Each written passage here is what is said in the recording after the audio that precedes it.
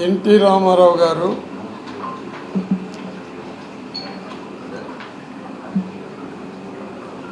వెయ్యి 1994లో రెండవ పర్యాయం ముఖ్యమంత్రి అయినప్పుడు ఇదే ఈనాడు జ్యోతి అందరూ ఎల్లో మీడియా అంతా కలిసి మహిళల యొక్క కోరికని ఆ రోజు ధర్నాలు కూడా చేయడం జరిగింది. మద్యపాన నిషేధం పెట్టాలని చెప్పేసి మహిళల కోరికని రామారావు గారు తీర్చడమే కాకుండా పూర్తిగా మద్యపాన నిషేధం చేయడం కూడా జరిగింది. మళ్ళీ ఇదే ఇప్పుడున్న మన ముఖ్యమంత్రి చంద్రబాబు నాయుడు గారు రామారావు గారిని ఏ విధంగా దించారు, ఆయనకెంట వెన్నుపోటు పూడ్చినాడు అనేది ప్రజలందరికీ కూడా తెలుసు.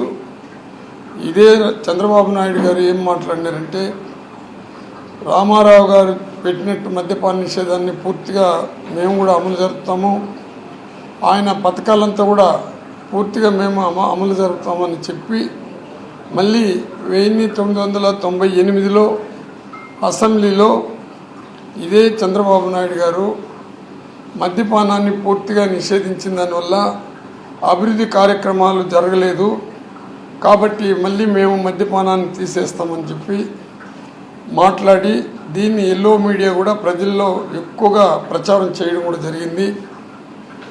ఆ సందర్భంలో చంద్రబాబు నాయుడు గారు మద్యపాన నిషేధం తీసేదే కాకుండా 4380 వైన్ షాపులు మన ఆంధ్రప్రదేశ్లో పెట్టడం జరిగింది. అదేవిధంగా 43,000 బెల్ట్ షాపులు పెట్టడం జరిగింది. అదేవిధంగా పర్మిట్ రూములు కూడా 4,380 పర్మిట్ రూములు పెట్టడం జరిగింది. ఆ రోజు ఏ విధంగా మనకు ప్రజలందరూ ఏ విధంగా బాధపడినారంటే, ఈ బెల్ట్ షాపుల వల్ల కావేరీ నది గంగా ఏ విధంగా ప్రవహిస్తుందో ఆ విధంగా ప్రవహిస్తున్నది అని జగన్మోహన్ రెడ్డి ప్రజా సంకల్ప యాత్రకు వచ్చినప్పుడు మహిళల కోరిక మేరకు జగన్మోహన్ రెడ్డి గారు ముఖ్యమంత్రి అయిన వెంటనే ముందు ఈ బెల్ట్ షాపుల్ని 43,000 బెల్ట్ షాపుల్ని 4,380 పర్మిట్ షాపుల్ని రద్దు చేయడమే కాకుండా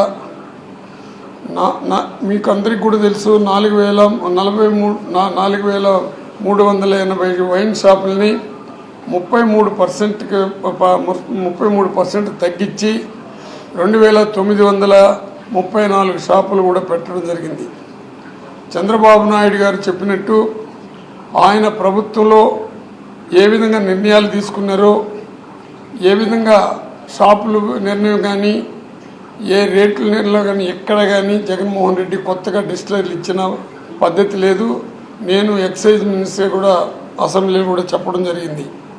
అదేవిధంగా ఈ చంద్రబాబు నాయుడు గారు ఏ విధంగా తీసుకుని వచ్చారంటే, మన జగన్మోహన్ రెడ్డి గారు ప్రభుత్వంలో ఎక్కువగా ఎప్పుడైతే 33% తగ్గించి మహిళల కోరికపైన దశల వారీగా మద్యపాన నిషేధాన్ని చేయాలని కోరిక తీసుకున్నప్పుడు చంద్రబాబు నాయుడు గారే బాగా రెచ్చగొట్టారు. ఆయనకు బాగా తెలుసు, మందు ఇస్తేనే ప్రభుత్వాలుగా గెలుస్తాము, మందు నిషేధిస్తే గెలవమని. రామారావు అటువంటి వ్యక్తే మనం దించినా ప్రజలు ఈ మందు వల్ల మనల్ని గెలిపించారనే భావనతోనే ప్రజలను కూడా రెచ్చగొట్టడం జరిగింది. మళ్ళీ ఇంకొక తూరి మీకు అందరికీ కూడా తెలియపరుస్తున్నాను. ఒకటి వాస్తవాలు కూడా మీకు చెప్పదలుచుకున్నాను. ఆ రోజు చంద్రబాబు నాయుడు గారు పూర్తిగా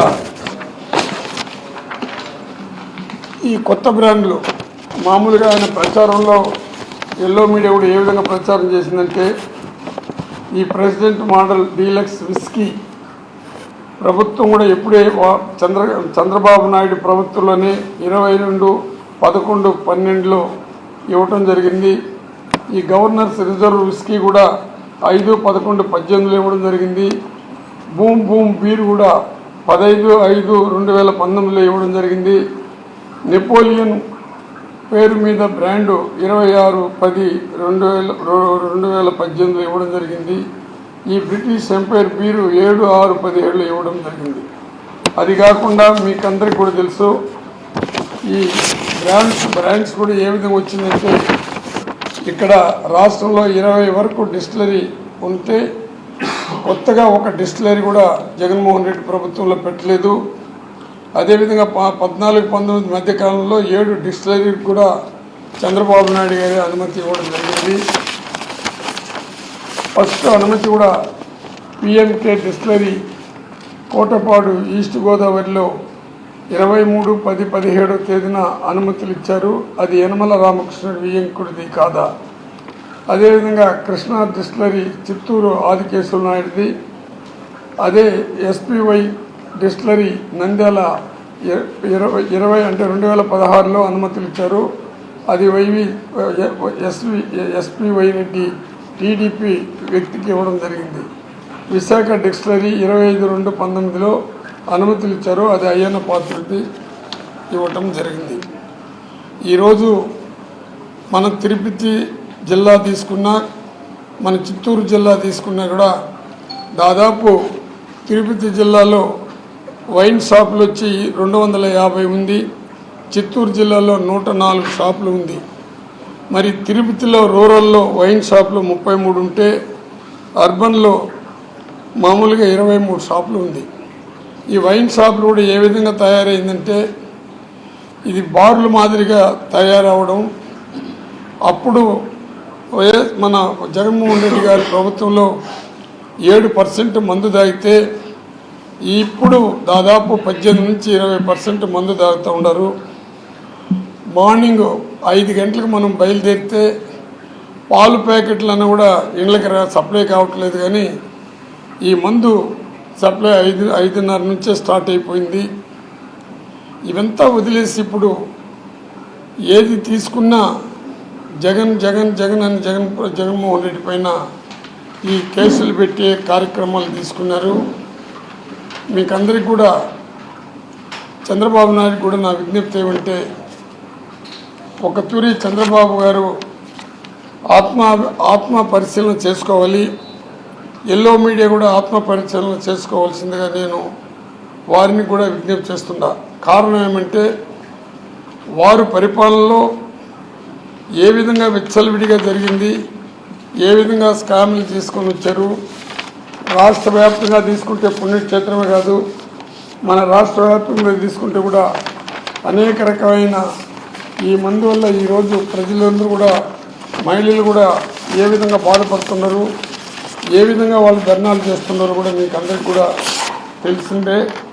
చంద్రబాబు నాయుడు గారికి నా విజ్ఞప్తి ఏమంటే, ఎంతసేపు తప్పుడు కేసులు పెట్టి తప్పుడు సాక్షులు తీసుకొని వచ్చి పెట్టి ప్రతి ఒక్కరిపైన జగన్ చుట్టూరు ఎవరెవరైతే ఇంపార్టెంట్ వ్యక్తులు ఉన్నారో వాళ్ళపైన కేసులు పెట్టుకుంటూ వాళ్ళని అరెస్ట్ చేసుకునే కార్యక్రమాలు కూడా చేస్తూ ఉన్నారు. అదేవిధంగా మీకు అందరికీ కూడా తెలుసు, చంద్రబాబు నాయుడు గవర్నమెంట్లో 14-19 మధ్య మద్యం కుంభకోణానికి సంబంధించిన నమోదైన ఎఫ్ఐఆర్లో చంద్రబాబు నాయుడు గారు A3 గాను, అప్పుడు ఎక్సైజ్ కమిషనరు A2 గాను, అప్పుడు మంత్రి కొల్లు రవీంద్ర గారు A3గా పెట్టడం జరిగింది. మరి ఈ కేసు పెండింగ్లో ఉంది, కోర్టులో ఉంది. మరి ఈ కేసుల గురించి ఏం చెప్తారో ఎల్లో మీడియా కూడా వీటి గురించి రాయాల్సిందిగా నేను వారిని కూడా కోరుతున్నాను. ఈరోజు బెల్ట్ షాపులు ఏ విధంగా ఉందంటే, వీధికి బెల్ట్ షాపులే, ఎక్కడ పడితే అక్కడ బెల్ట్ షాపులు తప్ప వేరేది లేకుండా పోయింది. ఇంకోటి ఏమంటే, ప్రతి ఒక్కరిని అరెస్ట్ చేసేది, వాళ్ళ ద్వారానే అప్రూవల్గా మారి వాళ్ళ పైన నిర్బంధించి పెట్టమని చెప్పడం కూడా జరిగింది. దానికి కొన్ని ఎగ్జాంపుల్ కూడా మీకు చెప్పదలుచుకున్నాను నేను. ఈరోజు ఈ మన రాజకేశ్వరి రెడ్డి గారిని అరెస్ట్ చేయడం జరిగింది. ఆయన ఏ విధంగా ఆయన ఇచ్చినట్టుగా చెప్తున్న వాంగ్మూలంపై సంతకం చేసేందుకు నిరాకరించారు. సిట్టు వెల్లడించడము, అసలు కుట్రలను వెల్లడించడం అంటే రాజకేశ్వరి రెడ్డి చెప్పకుండానే తాను అబద్ధపు వాంగ్మూలం నమోదు చేసినట్లు సిట్టు అంగీకరించింది. ఇక మద్యం డిస్టిలరీల ఆర్డర్లు వివక్ష పాల్పడిన అవినీతి చేశారని చిట్టు పేర్కొంది. కానీ అదే నివేదికలో నాడు చంద్రబాబు ప్రభుత్వంలో కేవలం 4 కంపెనీల నుంచే ఏకంగా 53.21% మద్యం కొనుగోలు కూడా చేశారని వెల్లడించింది. ఇదంతా తీసుకొని మనం ప్రజలు కూడా గుర్తించాలి. ఎలాంటి ప్రభుత్వ దుకాణాలు కూడా ఏ విధంగా ఉందంటే ప్రైవేటు దుకాణం పెట్టినప్పుడు లంచాలు ఎక్కువగా ఇచ్చే కార్యక్రమాలు జరుగుతూ ఉన్నది. ప్రభుత్వాన్ని దుకాణాలు తీసుకున్నప్పుడు లంచాలు ఎవరు ఇస్తారో అది ఎల్లో మీడియా కూడా చెప్పాల్సిందిగా ఎల్లో మీడియాని నేను విజ్ఞప్తి చేస్తున్నా. ఎందుకంటే రేట్లు ఎక్కిస్తే లంచాలు ఇస్తారా? జగన్మోహన్ రెడ్డి గారు పేదవాళ్ళందరూ కూడా ఈ మద్యానికి బానిసలయ్యి ప్రతి కుటుంబం కూడా దెబ్బతింటున్నది, ఆరోగ్యం దెబ్బతింటున్నది అనే ఉద్దేశంతోనే 33% తగ్గించి షాపులు పెట్టినా ఎక్కువ రేట్లు కూడా ఎక్కించడం జరిగింది. దానివల్ల ఎక్కడ కూడా తాగుబోతులు తగ్గిపోతారనే దృక్పథంతో చేస్తే ఇదే చంద్రబాబు నాయుడు గారు రేట్లు ఎక్కించినారు తమ్ముళ్ళు, మీరు ఏ విధంగా కష్టపడతారు, మీకు ఇంత రేట్లు ఎక్కితే మీరు ఎట తాగుతారని చెప్పడం కూడా జరిగింది. కానీ ఒకటి మాత్రం చెప్తున్నా, రేట్లు ఎక్కిస్తే లంచాలు ఇస్తారా, రేట్లు తగ్గిస్తే లంచాలు ఇస్తారా? మీరు కూడా ఆలోచించాల్సిందిగా మీ ద్వారా ప్రజలకు కూడా విజ్ఞప్తి చేస్తున్నాను. ఈరోజు చంద్రబాబు చేసిన ఈ 10 నెలలు పీరియడ్లో ఏ విధంగా ఉందంటే ఎక్కడ చూసినా మహిళలు రోడ్డుపైకి వస్తున్నారు, మా కుటుంబాలు సర్వనాశనం అయిపోతుంది అంటున్నారు. అదేవిధంగా ధర్నాలు చేస్తున్నారు. ఎక్కడ బడి దగ్గర షాపే, గుడి దగ్గర షాపే, బెల్ట్ షాపులు ఒక పక్కనే, బ్రాండ్ షాపులు ఒక పక్కనే పెట్టుకొని విపరీతమైన తాగేది కూడా 18 నుంచి 20% తాగే పరిస్థితి ఈ రాష్ట్రానికి వచ్చింది. మన రాష్ట్రం సారాయి రాష్ట్రంగా, బ్రాందీ రాష్ట్రంగా పేరు పొందుతున్నదే కానీ ఒక రకమైన శాంతి అనేది పూర్తిగా వెళ్ళిపోయింది. చంద్రబాబు ఇప్పుడైనా నువ్వు గుర్తుంచుకో, ఎంతసేపు కేసులు పెట్టి కక్షలు పెట్టుకొని వాళ్ళు దెబ్బతీయాలనే ఆలోచనతో ఇటువంటి కార్యక్రమాలకు స్వస్తి చెప్తే బాగుంటుందని నేను చంద్రబాబు నాయుడు కూడా విజ్ఞప్తి చేస్తున్నాను.